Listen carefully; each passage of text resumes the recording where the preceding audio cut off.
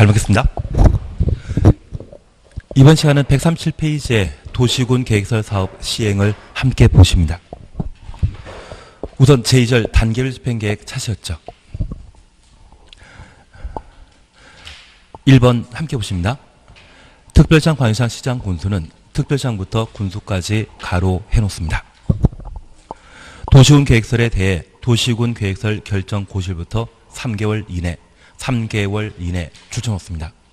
작년까지는 2년 이내였지만 이번에 법을 개정해서 3개월 이내 단계별 집행계획을 수립하도록 개정했습니다. 올해 개정되었기 때문에 올해 시험 문제가 나오게 될 겁니다. 3개월 이내 추천 오시면 재원 조달 계획과 보상 계획 등을 포함한 단계별 집행계획을 수립하여야 한다. 다만 대통령이 정하는 법률에 따라 도시군 관리 계획 결정이 의제되는 경우 의제 동그라미 해놓습니다. 해당 도시군 계획설 결정 고지부터 2년 이내 2년 추천했습니다. 단계별 집행계획을 수립할 수 있다. 그러면 의제란 말 쓰게 된다면 국토계획법이 아닌 다른 법률로 결정된 도시군 계획시설을 말하게 됩니다. 다른 법률에 따른 도시군 계획설에 대한 단계별 집행계획은 1년 내 수립하지만 이 법 국토계획법으로 결정된 도시군 계획설은 얼마? 3월 이내 단계별 집행계획을 수립하도록 되어 있습니다. 이와 같이 단계별 집행계획을 수립하는 때에는 미리 관계 행정기관장과 협의하여야 하며 협의 동그라미 놓습니다. 해당 지방의회 의견 들어야 한다. 지방의회 줄쳐 놓습니다. 지금 우리가 절차에 관한 사안들을 함께 보고 있습니다.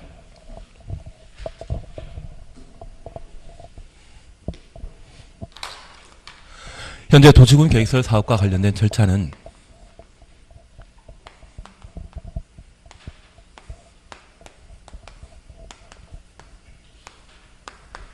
1단계, 2단계, 3단계로 각각 구분하고 있는데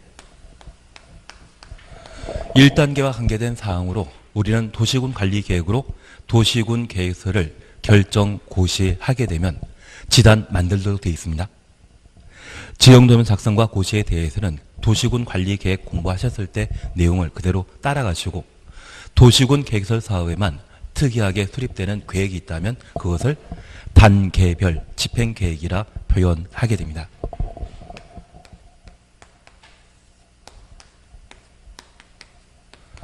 여기 단계별 집행계획은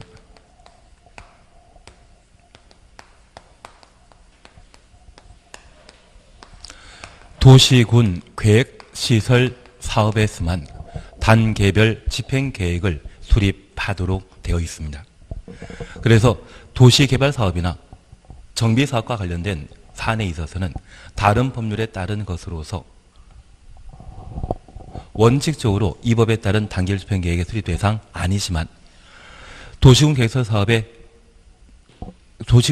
사업으로 의제되는 경우라면 저 단계별 집행계획을 해당 결정 고시부터 2년 내 단계별 집행계획을 수립하도록 되어 있는데 기본적으로 이 단계별 집행계획은 도시군 계획설 사업에 단계별 집행계획을 수립한다는 것을 하나 확인해 주셔야 됩니다. 만약 이 도시군 계획설 사업이라면 결정 고시한 날부터 얼마? 3월 내 단계별 집행계획을 수립하도록 되어 있고 다른 법률에 의한 경우라고 하면 그때는 2년 내 단계별 집행계획을 수립하도록 되어 있다. 이렇게 잡아주셔야 됩니다. 그리고 이 단계별 집행계획을 수립하는 자는 입안권자라는 것을 다시 한번 확인하셔야 됩니다. 특별시장부터 시장, 군수까지 보셨다고 하면 그들은 입안권자이지 결정권자가 못 됩니다. 대도시장을 끝난다고 하면 그때는 결정권자이지만 시장, 군수 끝난다고 하면 입안권자라는 것 확인해 주셔야 됩니다. 이들은 지방의회 의견 들은 후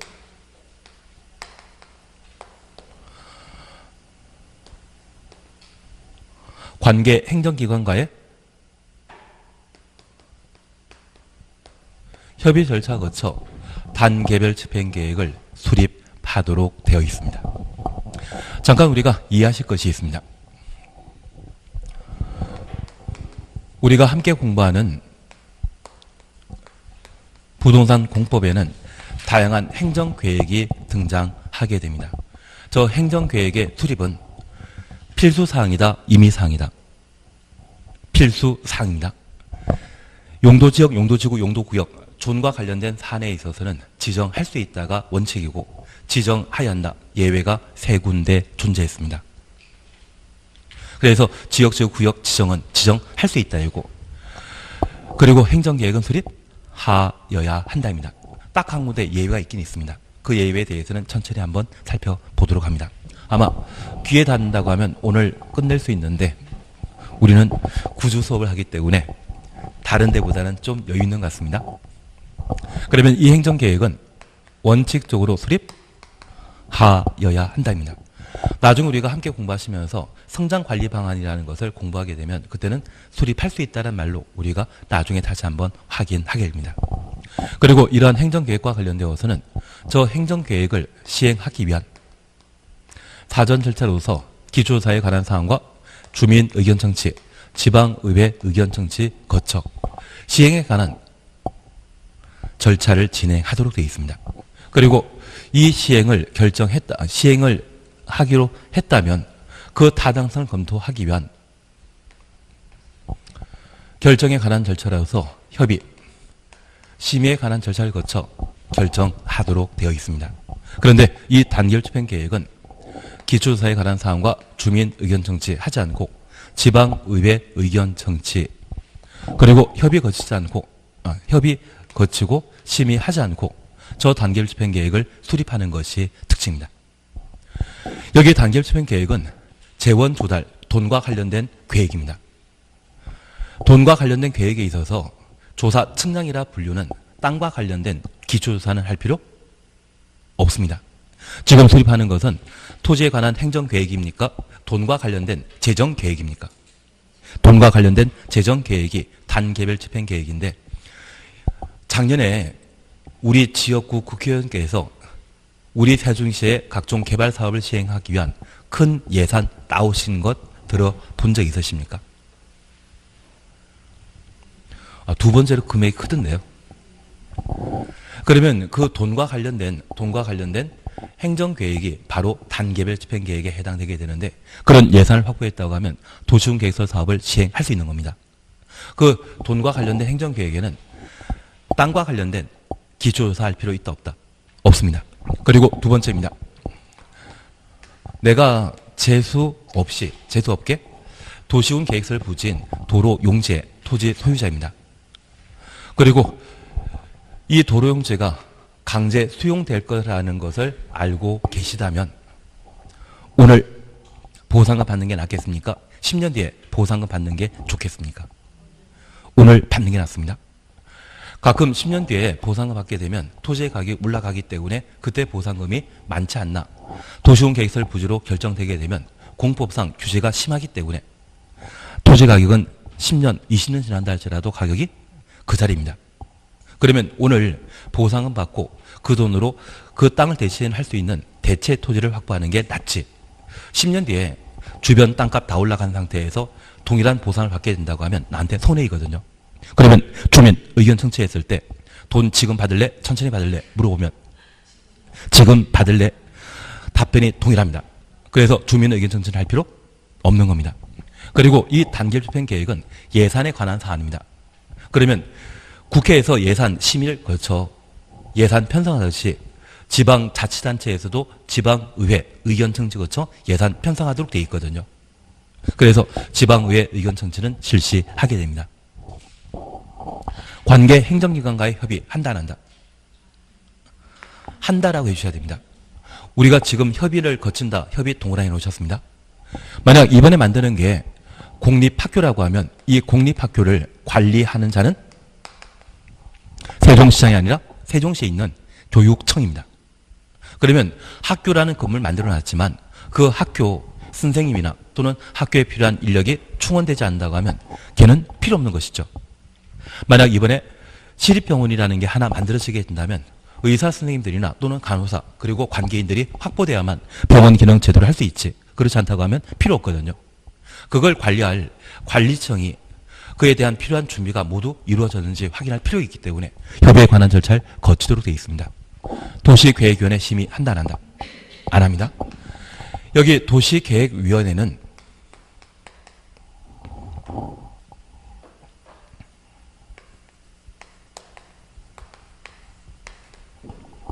대학 교수님들이 보통 도시계획위원회 구성원이 되게 됩니다.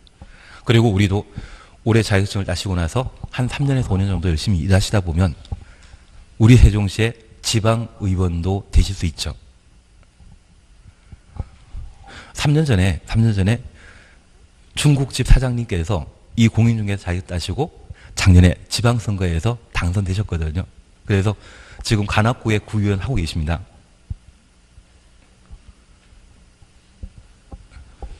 그리고 제가 아는 분도 작년에 서울에서 또 구의원 하셨는데 그분이 공인중개업만 한 7년 정도 하셨거든요. 그리고 지역에 있는 여성 관련 단체에 모두 가입하시고 활동 범위가 넓어지다 보니 작년에 그분도 구의원 되시던데요.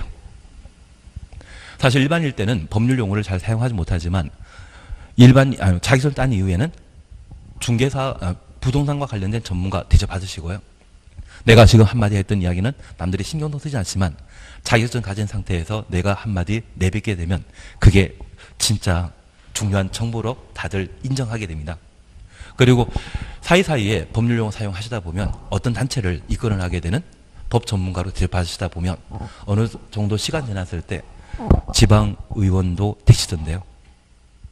그리고 그렇게 공부하시다 보면, 그렇게 일하시다 보면 나중에 학력 세탁할 필요가 있지 않으십니까? 63살 되신 분이 지금 박사과정 밟고 계신 분도 계시던데요. 예, 그렇게 학력 세탁하시다 보면 나중에는 교수까지 할 수 있죠. 약간 크게 한번 꿈꾸는 것도 괜찮으실 것 같은데. 그리고 도시계획위원회 구성원도 되실 수 있을 겁니다. 그런데 이 도시계획위원회 구성원 중에 교수님들은 돈과 진짜 친하지 않습니다. 돈에 대해서 안나 모르십니다. 서울에 있는 부동산 관련 대학원에 가끔 기획부동산 사장님께서 입학하셔가지고 교수님 대상으로 바겐세일 하시는 경우가 있습니다. 그래서 가끔 하루 지나게 되면 땅이 조금씩 줄어드는 연안 침식 지역의 땅을 그 교수님들께 아주 비싸게 파시는 분이 계시고요. 그리고 수도권에는 과밀 억제 권역과 성장 관리 권역 외에 자연 보전 권역이라 해서 절대 개발 못하는 땅이 있거든요. 그걸 비싸게 교수님들에게 파는 분들이 계십니다. 예, 워낙 잘 속으시는 분들이 있다 보니까 이런 분들이 저 단계별 집행계획과 관련된 심의 절차를 만든다고 하면 돈에 잘 모르는 분이 돈에 대한 사안을 심의한다는 것은 말도 안 되지 않겠습니까? 그래서 저 단계별 집행계획 수립과 관련되어서는 지방의회 의견 청취와 뭐만? 관계 행정기관과의 협의 절차만 거치지 주민 의견 청취한다 안 한다? 안 한다라는 것 잡아주셔야 됩니다. 그래서 우리가 잠깐 다시 정리해 주실 것으로서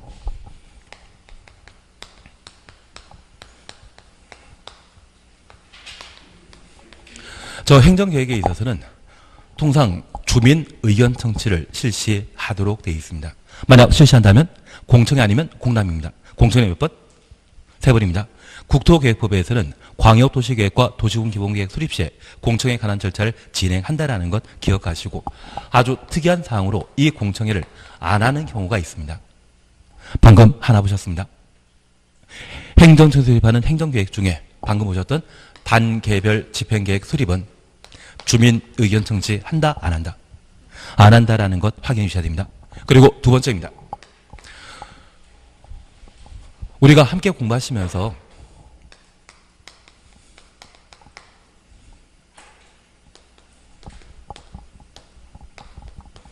기반시설 부담구역이 지정 고시되게 되면 몇 년 내 기반시설 설치 계획을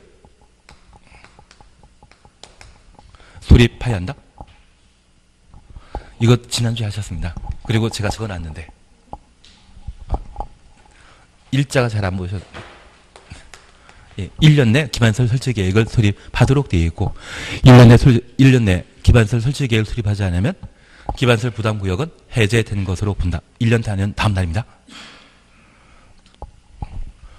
국토계획법에는 시료 4군데 있지 않습니까? 실가조정구역, 지구단위 계획구역, 지구단위 계획. 그게 두 번째입니다. 그리고 앞서 잠깐 보셨던 도시군 계획설 부재 사업을 20년간 사업 시행하지 않다면 다음날 효력 상실한다. 그리고 네 번째가 이겁니다. 그런데 이 기반설 부담구역 지정 시에 주민 의견 청취를 하고 기반설 부담구역을 지정하도록 되어 있는데 기반 설치 계획은 언제까지 수립해야 된다? 1년. 그러면 저 1년 사이에 주민의 의견은, 주민의 마음은 안 바뀌는 것을 전제해서 저 기반설 설치 계획 수립 시에는 주민 의견 청취를 안 하는 게 특징입니다. 1년 사이에 또 한 번 하면 좀 힘들지 않겠습니까? 그리고 나중에 우리가 다시 한번 보셨겠지만 도시개발법이 있습니다. 이 개발법에도 도시개발사업과 관련되어서는 실시계획을 작성하고 인가 받고 고시하도록 되어 있는데 저 도시개발법의 실시계획 인가 시에는 주민 의견 청취가 없습니다. 그래서 공법상 주민 의견 청취 없는 행정계획은 딱 몇 번이다? 3개.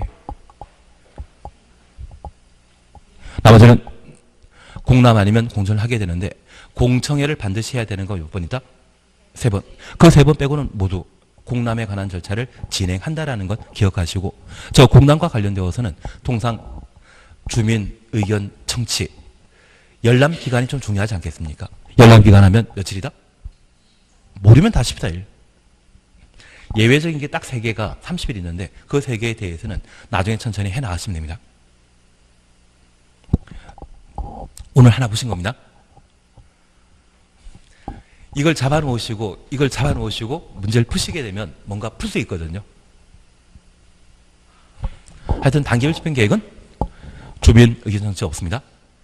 그리고 이 단계별 집행 계획을 수립하더라도 누구에게 승인받는 것 없습니다.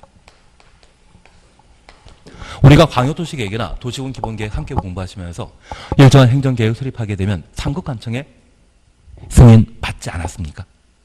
저 승인에 관한 절차가 있다 없다? 없다라는 것만 밝혀놓습니다. 그래서 이 단계별 집행계획은 사실 돈이 있으면 우리에게 꼭 필요한 도시군 계획서를 설치해 주겠다는데 돈 없을 수 있죠. 우리 세종시의 예산은 무한정으로 배정되어 있습니까? 한정되어 있습니까? 한정되어 있습니다. 돈이 있을 때는 만들 수 있지만 돈이 확보되지 않는다고 하면 10년, 20년 동안 사업을 못하는 경우가 있습니다. 20년간 사업 시행하지 못한다고 하면 그 다음날 효력 상실하는 경우도 있거든요. 그래서 이 단계별 집행 계획은 크게 구속력 있는 게 아닙니다. 저게 편성되었다 해서 반드시 한다. 그런 게 좀 아니라는 것 이해해 주시고 후손을 밀려난 사업이라 할지라도 유능한 지역 국회의원 만나게 되면 나라 예산이라 따오시는 경우가 있거든요. 우리 세종시에는 실력 있는 분이 계시지 않으십니까? 안 되는 일이 있으면 그분께 한번 민원 신청하면 잘 해주지 않겠습니까? 가끔 TV에 보면 얼굴 점점 더 좋아져 보이지 않으십니까? 역시 대표님 하시는 게 참 좋아 보이시는 것 같은데. 대표하기 전에는 좀 힘들어 보이셨거든요. 갑자기 더 젊어 보이시는 것 같은데. 하던 거 계속 하도록 하겠습니다. 그래서 여기 단계별 집행 계획과 관련되어 우리 맨 마지막 줄에 협의와 지방의회 의견 청취 거친다. 그걸 확인해 놓습니다. 한 장 넘기십니다. 2번 찾으셨죠? 국토교통부 장관이나 도지사가 국토교통부 장관 또는 도지사 가로 해놓습니다. 직접 위반한 도시군관리계획의 경우 국토는 단계별 집행계획 수립해서 특광시군에게 송부할 수 있다. 그래서 이 단계별 집행계획을 수립하는 자는 결정권자입니까? 위반권자입니까? 위반권자입니다. 국토가 직접 위반한 도시군 계획설에 대해서는 단계별 집행계획을 직접 수립할 수 있다는 것 확인하시면서 현재 위반권자가 단계별 집행계획을 수립한다는 점 다시 한번 확인해 놓습니다. 그리고 공고에 대해서는 크게 문제 없습니다. 그리고 2번 단계별 집행계획의 구분 찾으셨죠? 단계별 집행계획은 1단계 집행계획과 2단계 집행계획을 구분하여 수립하되 3년 이내 3년 동원해 놓습니다. 시행하는 도시군 계획설 사업은 1단계 집행계획에 3년 후에 시행하는 도시군 계획설 사업은 2단계 집행계획 포함하도록 하여야 한다. 특광시군은 매년 동원해 놓습니다. 2단계 집행계획을 검토하여 3년 이내 도시군 계획설 사업 시행할 수 있는 도시군 계획설은 이를 1단계 집행계획에 포함시킬 수 있다. 그래서 3년이란 말만 하나 기억해 놓습니다. 그러면 이제 이렇게 잠깐 구분하고 마십니다. 현재 단계별 집행계획은 3년 기준으로 3년 내 시행할 수 있는 도시군 계획설 사업, 바로 세종시에 예산 확보된 도시군 계획설 사업이라면 빨리 하겠다는 차원에서 1단계 집행계획에 포함시키는 것이고요. 3년 이후에 시행할 도시군 계획설 사업 2단계 집행계획에 포함시키게 되는데 얘는 예산이 확보되지 않은 것을 말하는 겁니다. 그래서 우리 세종시에 100여 개의 도시군 계획설 사업을 시행하고자 하는데 20개는 예산 확보되었다고 하면 1단계 집행계획에 포함하여 3년 안에는 사업 시행한다는 이야기입니다. 반면 예산 확보가 참 애매하다 그런 경우라면 3년 뒤에 시행할 사업으로서 2단계 집행계획에 포함되는데 얘는 이미 확정된 것이죠. 얘는 이미 확정된 것입니다. 다만 저 2단계 집행계획에 포함된 도시군 계획설 사업이라 할지라도 나라에서 정부 예산이라도 조금 지원해 준다고 하면 이것 할 수 있죠. 그래서 저 2단계 집행계획 중에 꼭 필요한 것에 대해서는 매년 검토해서 1단계 집행계획에 포함시킬 수 있는 겁니다. 그래서 프로야구가 1군과 2군으로 구분하게 되면 2군 선수를 1군에 승격시키는 경우 있지 않습니까? 그것처럼 매년 2단계 집행계획을 검토하여 1단계 집행계획에 포함시킬 수 있다. 그런 의미로 이해해 주십니다. 다만 얘는 크게 문제 있는 게 아니고요. 올해 우리가 해주실 것은 얘입니다. 이번에 11월 달에 개정된 사항으로 도시군 계획설이 결정 고시되게 되면 얼마? 3월 내에 입안권자가 단계별 집행계획을 수립하여야 한다. 그것 잡아주시는 게 필요하십니다. 그걸 해주셔야 됩니다. 진짜 하실 거죠? 이걸 해주셔야 됩니다. 올해는 이겁니다. 그리고 절차와 관련된 우리가 기억하실 것은 여러 행정계획 중에 보통 도시계획위원회 심의 절차 반드시 두고 있는데 얘만큼 없습니다. 주민 의견 정치 있다 없다? 없다. 얘는 왜? 돈과 관련된 행정계획이기 때문에 교수님들로 구성되어 있는 도시계획위원회 심의 절차 대상에서 배제시킨다라는 것 확인하시고 돈 빨리 달라 그런 의견만 통일되어 나오기 때문에 주민 의견 정치할 필요 없는 겁니다. 그걸 꼭 한번 확인해 놓습니다. 그리고 제3절 도시군 계획설 사업 시행자 사셨죠? 이제 우리는 2단계에 관한 사항을 함께 공부하시는 겁니다. 시행자와 실시계획까지를 뭘 한다? 2단계. 저쪽 갔다가 와야 되는데. 우리는 1단계와 관련되어 도시군 관리계획 결정하는 거 보셨고 2단계와 관련되어서는 시행자가 실시계획 작성해서 결정권자에게 인가받고 사업 시행하도록 되어 있습니다. 사업 실제 시행하는 자는 누가 하겠습니까? 결정권자 하겠습니까? 입안권자 하겠습니까? 입안권자 수용해서 사업하는 것이고요. 그 공사가 모두 완료되었다면 준공검사하고 공사 완료 공고하는 자는 입안권자 하겠습니까? 결정권자 하겠습니까? 결정권자가. 그래서 여기 시행자는 입안권자가 하는 것이고 실시인가는 결정권자 하는 것이고 수용과 관련된 사업 시행은 입안권자 하지만 공사 완료 공고는 누가 한다? 결정권자 하는 겁니다. 한 번 더 들으면 이게 아주 편해집니다. 그리고 이 절차가 제대로 잡히시게 되면 도시개발법을 아주 쉽게 할 수 있습니다. 그래서 나중에 한 번 더 들어보시는 게 제일 좋지 않나 싶습니다. 우선 138페이지에 도시군 계획설 사업 시행자 찾으셨죠. 그리고 1. 원칙입니다. 특별시장, 광역시장, 시장, 군수는 특별시장부터 군수까지 가로 해놓습니다. 관할 구역의 도시군 계획설 사업을 시행한다. 그래서 특광시군에 학교 만들거나 도로 만드는 도시군 계획설 사업은 특광시군이 책임지고 시행하는 겁니다. 그리고 옆에 페이지에 2번 예외 찾으셨죠. 양가를 1번입니다. 국토교통부 장관은 국가계획과 관련되거나 국토교통부 장관부터 국가계획까지 가로 해놓습니다. 그 밖에 특별하다 인정되는 경우 특별시장, 관시장, 시장, 군수의 의견대로 직접 도시군 계획설 사업을 시행할 수 있으며 도지사는 광역도시계획과 관련되거나 도지사부터 광역도시계획까지 가로 해놓습니다. 특히 필요하다 인정되는 경우 시장 군수의 의견 들어 직접 도시군 계획설 사업을 시행할 수 있다. 그래서 국도도 도시군 계획설 사업을 시행할 수 있는 겁니다. 그리고 양가로 2번 지정 시행자 찾으셨죠. 위 규정에 따라 시행자 될 수 있는 자 외의 자는 외자 추정수입니다. 그러면 위 규정이라 하면 위반권자인 국토교통부 장관, 지도이사, 시장 군수인, 도시군 계획설 사업 시행자를 말하는데 그 자 외의 자라고 하면 비행정청을 말합니다. 지금 우리 다시 한번 봐놓습니다. 우리가 공부하고 있는 부동산 공법은 국가가 공익을 달성하기 위해 일반 국민에게 규제를 가하는 법률로 구성되어 있습니다. 그리고 우리는 참 머리 좋지 않습니까? 그동안 공부할 기회가 없어가지고 공부를 제대로 안 했지. 이번에 제대로 공부하시면 합격하시고 나면 아 내가 10년 전만 이렇게 공부했으면 서울대 갔는데 그 생각 드실 겁니다. 그래서 한 해 만에 공인중개사 시험에 합격하시게 되면 진짜 대학원 가신 분도 계십니다. 한 해 만에 붙었으면 참 미안하지 않습니까? 아, 제가 알고 있는 분들 중은 8년 동안 시험 공부하는 분도 계십니다. 예. 자제분이 중학교일 때 시험 처음에 도전하셨는데 그때 좀 떨어지셨거든요. 1차가 어렵게 나와 떨어지셨는데 한 해 더 공부한다고 해서 시작하셨는데 그때는 또 2차 떨어졌습니다. 그런데 애가 갑자기 고등학교에 입학하게 되니까 내 공부가 중요하니까 자제분의 대학 가는 게 중요하십니까? 자제분의 공부가 중요하다 해서 3년 동안 공부를 포기하셨다가 그런데 또 애가 재수를 하게 돼가지고 그러고 나서 자제분이 합격하고 나서 또 공부 시작하시다 보니까 해수로 따지게 되면 거의 뭐 6년, 7년 정도. 그리고 또 시험 처음 도전했던 데가 또 1차 어렵게 나와가지고 하여튼 시험 운이 좀 있으셔야 되는 게 좀 있는 것 같습니다.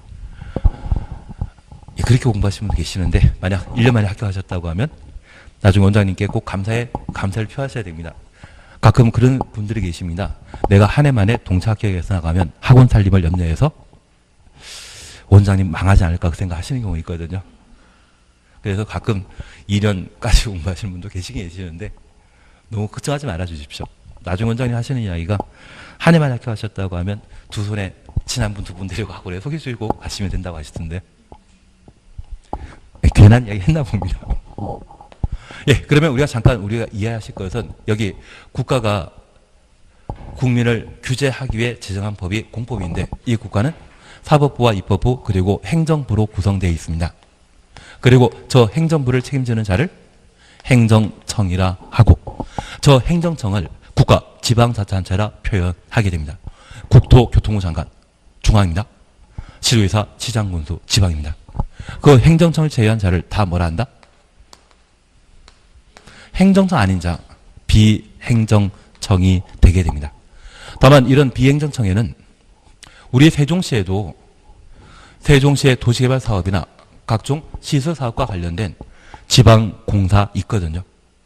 그리고 국토교통부에는 아파트를 주로 만드는 정부 투자기관 주택공사 있지 않습니까? 그러면 이 주택공사 지방공사는 행정청이다 아니다? 아닙니다. 통상 행정청은 공익사업을 시행하고 있는데 저 공익사업하고 있는 이들과 똑같이 공익사업하는 자가 주택공사, 지방공사입니다. 그런데 이들과 달리 순수히 영리를 추구하는 자가 있다면 그들은 민간이거든요. 이게 공법상 등장하는 주체입니다. 그중에 저 행정청과 주택공사, 지방공사를 공익사업하는 주체라 해서 공적사업 주체 또는 공이란 말로 표현하고 이들을 뺀 나머지를 뭐라 한다? 민간이라 표현하게 됩니다. 이렇게 공공과 민간을 구분하는 주된 목적은 다른 게 아닙니다. 공익사업 하게 되면 법령상 그 사업을 원활히 시행할 수 있도록 도움 제공할 필요 있죠. 반면 민간이 사업하게 된다고 하면 얘들은 자기 돈 벌기 위한 것이지 공익과는 관계없습니다. 뭔가 부담 줘야 되지 않겠습니까? 그래서 만약 토지 소유자의 동의 받아야 된다. 그리고 돈 내야 된다. 이런 요구 조건이 붙게 되는 것은 공공에게 요구 조건 붙겠습니까? 민간에 붙겠습니까? 민간에게. 만약 공공에 해당되는 국가 지방자치단체, 정부 투자기관, 지방공사에게 토지 소유자 동의 받아라, 돈 내라, 이런 취지 지분 묻게 되면 그 지분 무조건 틀린 것으로 잡아내셔야 됩니다. 이게 우리가 많이 공부하셨을 때 파악할 수 있는 총론적인 문제가 되는 겁니다. 그리고 우리 시험에서는 계속 여기 지방공사건 주택공사건 툭 던져내면서 이행 보증금 예치해야 된다. 토지 소유자 동의 받아야 된다. 그런 취지의 지문이 계속 반복되고 있는데 그거는 무조건 틀린 지문이라는 것을 확신하셔야 됩니다. 그래서 공법과 관련된 지문에 있어서는 앞에 지문에 붙어있는 주어가 누구인지를 파악하시는 게 문제를 해결할 수 있는 좋은 방법일 겁니다. 그래서 우리가 함께 하실 것으로서 우선 양가로 2번 지정 시행자는 행정청 아닌 자가 도시군 계획설 사업을 시행하는 경우를 말하고 이런 때는 국토교통부 장관, 시도지사, 시장, 군수로부터 국토교통부 장관부터 시장, 군수가로 해놓으시면 얘는 결정권자이다, 입안권자이다. 입안권자입니다. 저 입안권자로부터 시행자 지정받아 지정 준호수입니다. 도시군 계획설 사업 시행할 수 있다. 그러면 이제 우리가 다시 하나 파악해 주실 것이 있습니다.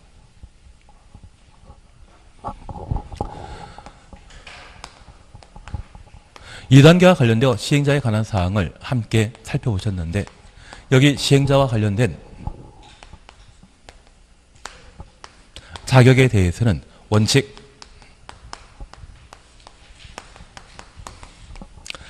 특별시장 광역시장이 원칙적인 도시군 계획설 사업 시행자가 될 수 있고 우리가 하나 이해하실 것이 있습니다. 우리 세종시에 도로 만들고 학교 만드는 것은 국토교통부 장관이 해준다? 세종시장이 하셔야 된다. 세종시장이 해야 됩니다. 만약 충청남도에 속해 있는 공주시에 필요한 도로나 학교 만드는 것이 있다면 누가 사업해야 된다? 공주시장이 해야 되지 도지사 해주는 것 아닙니다. 그래서 도시를 성장 발전시키는 데 책임 있는 것은 분명 우리 시민들도 함께 동참해야 되지만 시를 책임지고 있는 분 계시지 않습니까? 그분이 만드는 게 원칙입니다. 다만 예외적으로 국토가 도시군 계획설 사업을 할 수 있습니다. 월드컵 경기를 치르고자 서울이건 대전이건 월드컵 경기장이 만들어져 있는데 그 월드컵은 국가 행사지 않습니까? 그 국가 계획과 관련된 사안일 때는 국토교통부 장관이 그리고 충청남도에 공주시와 홍성군 사이에 도로를 하나 만들게 된다면 그걸 도시사가 광역도시계획 수립하는 경우도 있지 않습니까? 만약 그런 경우라면 누가?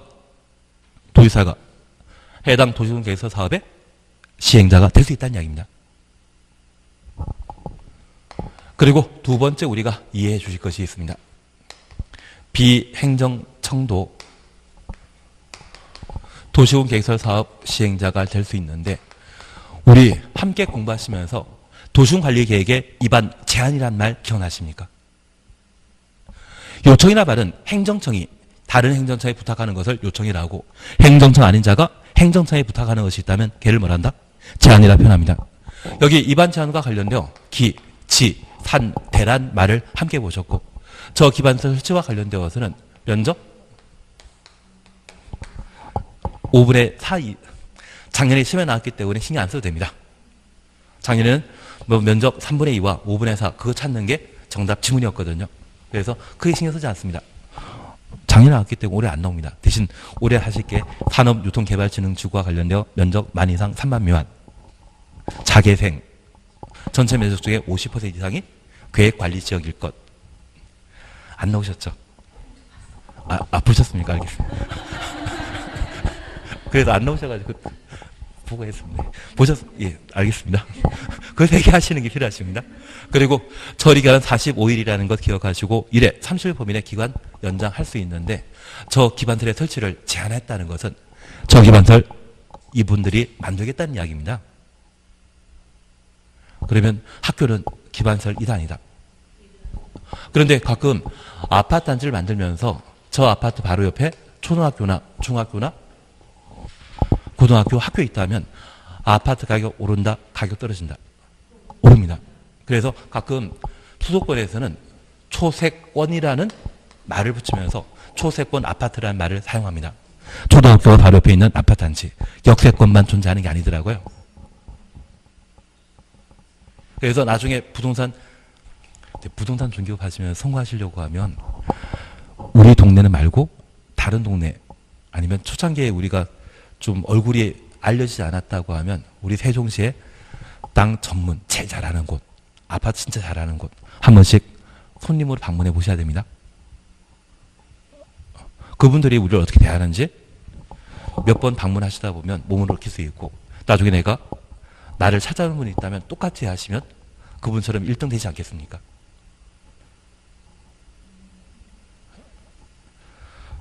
예.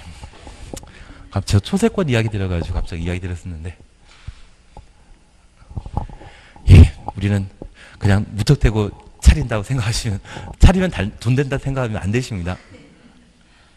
우리 동네 1등 아파트 진짜 중개 잘하고 매매 알선 잘하시던 분 상가 진짜 잘하시는 분 누가 잘하는지 그걸 들으시고 한 친구분 한두 명이 같이 가셔가지고 그분이 우리를 상대하는 것들을 어떻게든 보고 배우시고 집에 와서 좀 정리하시고 그런 매뉴얼 몇 개 만들어 놓으시면서 어떻게 상대하게 되는지 그걸 보셔야 됩니다.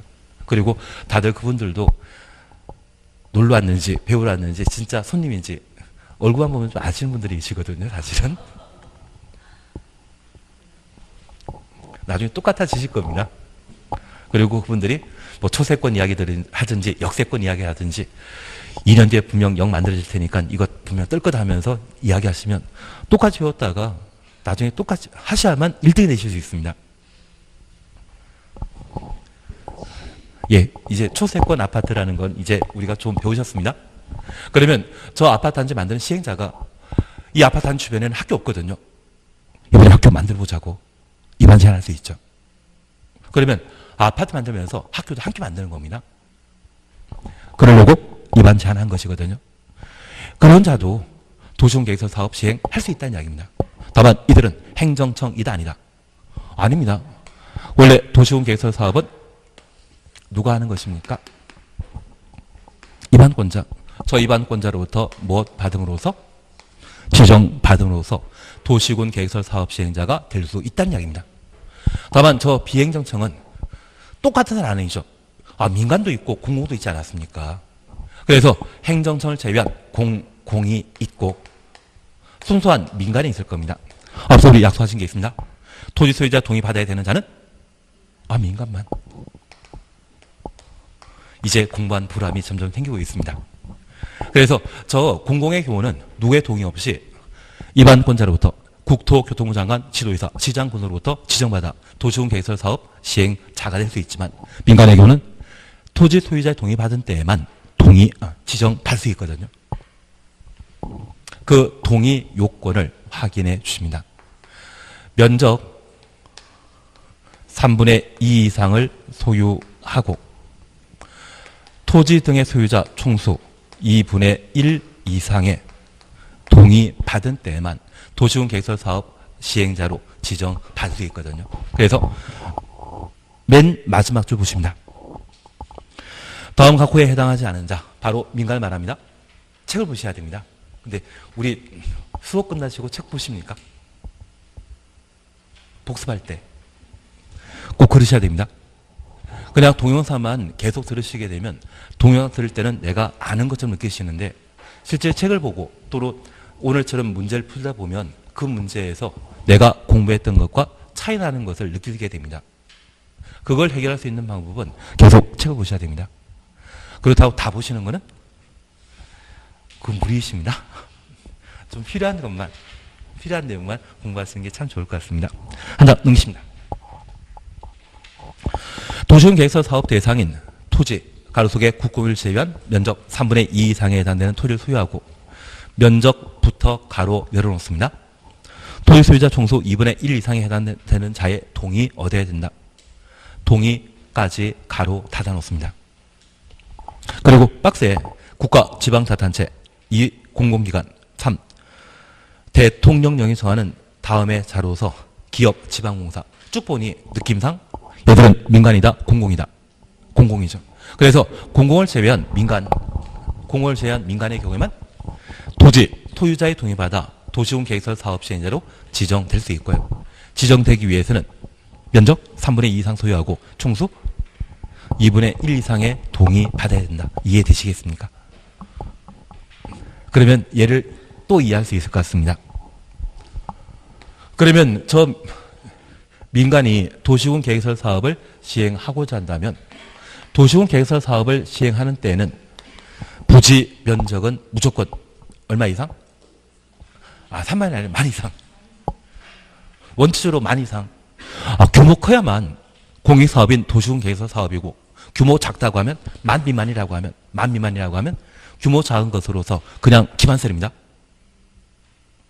우리 산업유통개발진흥지구도 만 이상 3만 미만이라는 말 기억나지 않으십니까? 무조건 만 이상은 돼야 되는 겁니다. 예외적으로 3만 이상일 때를 요구하는 경우도 있는데 그건 천천히 하시고 일단 규모 큰 것으로. 그중에 저 3만 제곱미터 중에 2만 제곱미터를 내가 소유하고 잔여 토지 1만 제곱미터 중에 토지 소유자가 10명 있다고 하면 10명 중에 몇 명? 5명 이상의 동의 받게 되면 이 땅에 대해서는 나중에 수용할 수 있습니다. 대신 우리가 하나 이해하실 것은 저 2만 제곱미터 내가 소유했을 때 저 10명의 토지 소유자 중에 5명이 10평을 가지고 있건 5평 가지고 있건 1평 가지고 있건 토지 소유자이죠. 그러면 1만 제곱미터 중에 한 9천 제곱미터를 가지고 있는 분이 한 5명인데 5명이 되는데 10평, 1평 그런 분들이 5명의 동의 얻게 된다면 저 9천 제곱미터에 대해 뭐 할 수 있다? 강제 수용할 수 있다는 이야기입니다. 그래서 가끔 민간이 좀 치사하지만 토지 작업을 하는 경우가 있습니다. 그 토지 작업하는 것도 7년에 걸쳐 합니다. 애초에 사업구역, 사업대상 지역을 한번 유심히 관찰하고 임직원 명의로 10평이건 1평이든 땅을 좀 사놓습니다. 그리고 자기가 쉽게 확보할 수 있는 땅을 한번 확보하고 나면 그 주변 토지 필요한 땅에 대해 강제 수용 절차를 거치기 위한 도시군 계획설 사업 시행자 지정받는 경우 있거든요. 대신 이분이 반드시 뭐 해야 된다? 이때는 싸게 구입하시겠습니까? 비싸게 구입하시겠습니까? 비싸게 구입합니다. 이때 파시는 게 제일 좋고요. 만약 이때 팔지 못하고 나중에 저 3분의 1에 해당되는 땅이 되었을 때는 이미 토지 작업을 어느 정도 끝냈기 때문에 내 땅을 반값에 강제 수용해버립니다. 그래서 보통 거래시세가 100이라고 하면 실제 애초 보상 금액에 대해서는 40을 제시하고 그리고 이분들이 변호사 사가지고 토지 수용에 재결 신청한다고 하면 그때 50까지 올려줍니다. 그리고 토지 수용위원회 심의 거친다 할지라도 아마 50 정도에서 보상 가격이 결정되기 때문에 100이 아닌 50만 원 받고 말아버리는 게 참 많거든요. 그래서 누가 토지 작업한다는 이야기 듣게 된다면 초창기에 아는 토지 소유자한테는 팔라고 비싼 가격에 팔라고 해주시는 게 좀 좋습니다. 네. 갑자기 실무로 넘어갔지만 그건 한쪽 귀로 듣고 한쪽 귀로 흘려버리시고 우리가 파악해 주실 것은 도시군 계획설 부지 중에 면적 얼마? 3분의 2 이상은 반드시 소유하고 나머지 토지 1만 제곱미터에 대한 토지의 소유자 총수의 얼마? 2분의 1. 토지 소유에 동의받은 때만 사업 시행자 지정 받을 수 있는 겁니다. 그거 잡아주시는 게 필요합니다. 3번 시행자 지정 고시에 대해서는 그냥 지나십니다. 그리고 제4절 실시계획 작성 및 인가 차시였죠. 1. 실시계획 작성입니다. 도시군 계획설 사업 시행자가 실시계획 작성하도록 되어 있습니다. 그냥 지나십니다. 그리고 양가로 3번 차시였죠. 분할 시행의 경우 도시군 계획설 사업 시행자는 도시군 계획설 사업을 효율적으로 추진하기 위해 필요하다 인정되면 사업 시행 대상 지역 또는 대상 시설을 둘 이상으로 분할하여 분할 동굴해 놓습니다. 도시군 계획설 사업을 시행할 수 있다. 분할 동그라미 해놓습니다. 사실 실시계획과 관련되어서는 딱히 공부할 게 없습니다. 실시계획 가지고 시험 내는 경우가 거의 없기 때문에 딱히 공부할 거 없는데 얘를 잠깐 이해해 주셔야 됩니다. 우리가 함께 공부하시면서 도시군 관리 계획의 3번, 4번을 함께 공부한 바 있습니다. 3번 도시군 관리 결정되게 되면 도시군 계획시설 사업이 되고, 4번 도시개발 사업에 관한 계획과 정비 사업에 관한 계획을 도시군 관리 계획으로 결정하게 되면 이 세 가지 사업은 모두 도시군 관리 계획으로 결정해서 시행한 사업이죠. 걔를 뭐란다? 도시군 계획 사업. 그래서 도시군 계획 사업에는 시설 사업과 개발 사업, 정비 사업 세 가지가 모두 포함되게 됩니다.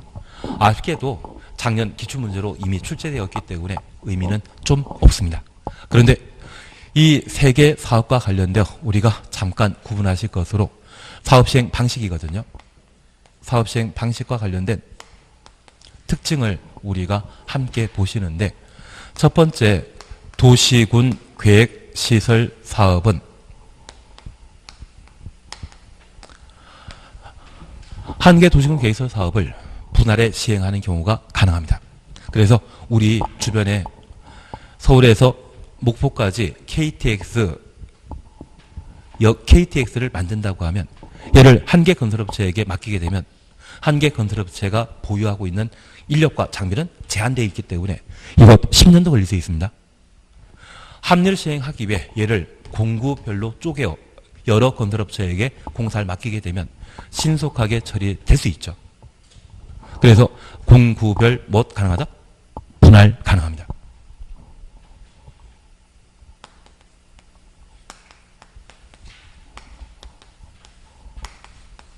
그리고 결합이란 말과 통합이란 말을 잠깐 구분하셔야 됩니다. 얘는 나중에 다시 한번 하시게 되겠지만 지금 총론 개념으로 박해 놓아야 됩니다. 우리가 나중에 도시개발법을 공부하시다 보면 도시개발 사업을 함께 공부하게 됩니다. 여기 개발 사업과 관련되어서는 분할과 결합 가능합니다. 제가 간혹 대장지구에 관한 이야기 드린 적 있지 않습니까? 그 대장지구는 성남이 이루어지는 도시개발 사업으로서 대한민국 최초로 결합해서 사업하고 있는 중입니다. 그 대장지구는 판교 바로 밑에 땅으로서 지금 경기도지사인 이재명 시장이 경기도지사 선거 시에 이거 무조건 성공하고 자기가 워낙 잘했기 때문에 성공한 사업이라고 과장 강구했다고 선거법 위반으로 지금 재판받고 있는 중이거든요. 그런데 이 대장지구와 결합해서 개발 사업하는 것이 성남시에는 1970년대에 청계천 일대 철거하고 철거민들이 이주하면서 그들의 일자리 마련해 주기 위해 신흥동이라고 하는 동네에 국가산업단지 제1산업단지에 있습니다. 얘가 50년 가까이 사용되어 좀 노화되었거든요.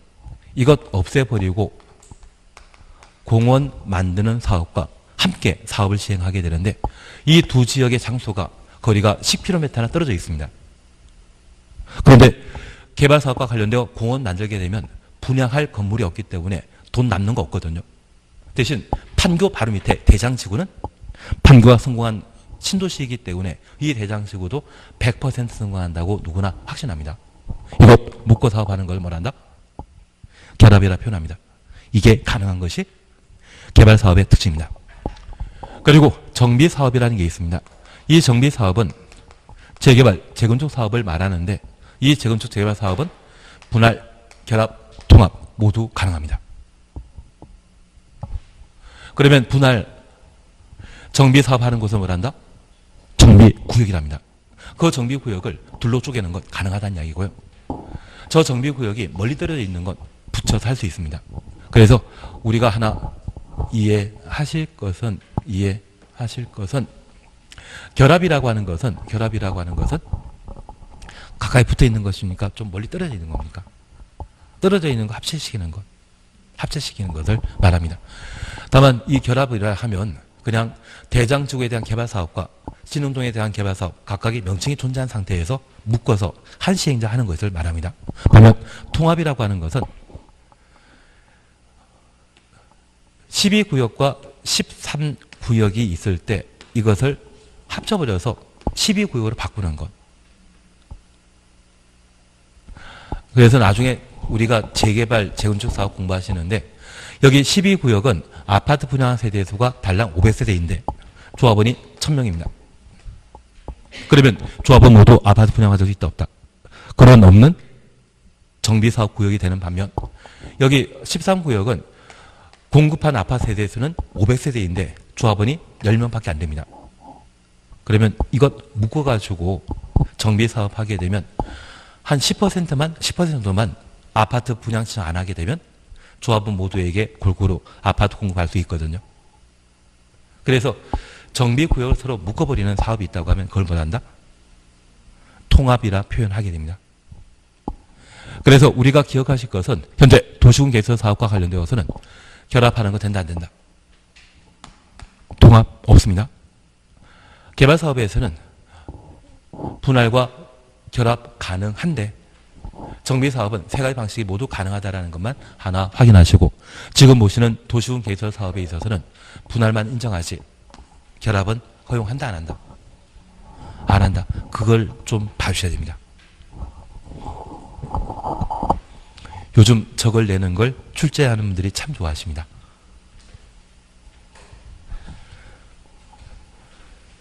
예. 그리고 실시계획 인가 찾으셨죠? 양걸 1번입니다.